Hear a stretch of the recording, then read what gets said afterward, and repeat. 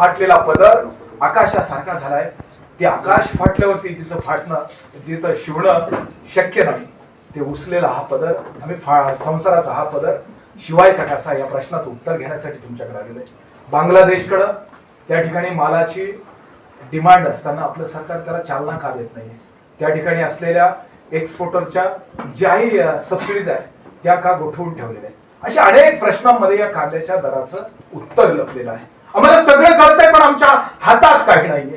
सरकार नावाची जी जादूची काठी आहे ना, ती आम्ही दुसऱ्याकडे देऊन बसलो. आम्ही त्याला राम म्हणून दिला आणि तो रावणासारखा आमच्याशी वागतोय. ह्या प्रश्नाचं उत्तर हा पदर मागतोय आणि ते पदर घेण्यासाठी आम्ही बच्चू कडून ते असलेल्या प्रहार संघटनेच्या माध्यमातून तुमच्याकडे आलेलो.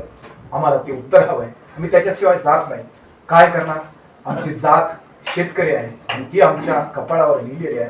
त्यामुळे ही जात जात नाही आणि आता आम्ही इथून जात नाही. हा आमचा असलेला शेवटचा निर्धार तुमच्यापुढे होतोय. हे कांदे आहेत साहेब, चांगले कांदे, चांगले कांदे. काय काय खराब आहे या कांद्यात? या कांद्याचा पदर चांगला आहे. त्यानं ज्या दिवशी स्टॉक केला होता त्या दिवशी तयार झाला. सरकार आहे त्यात पैसे कमावू पाहत आहे. मग शेतकऱ्यांना पैसे कमवायचे कुठे?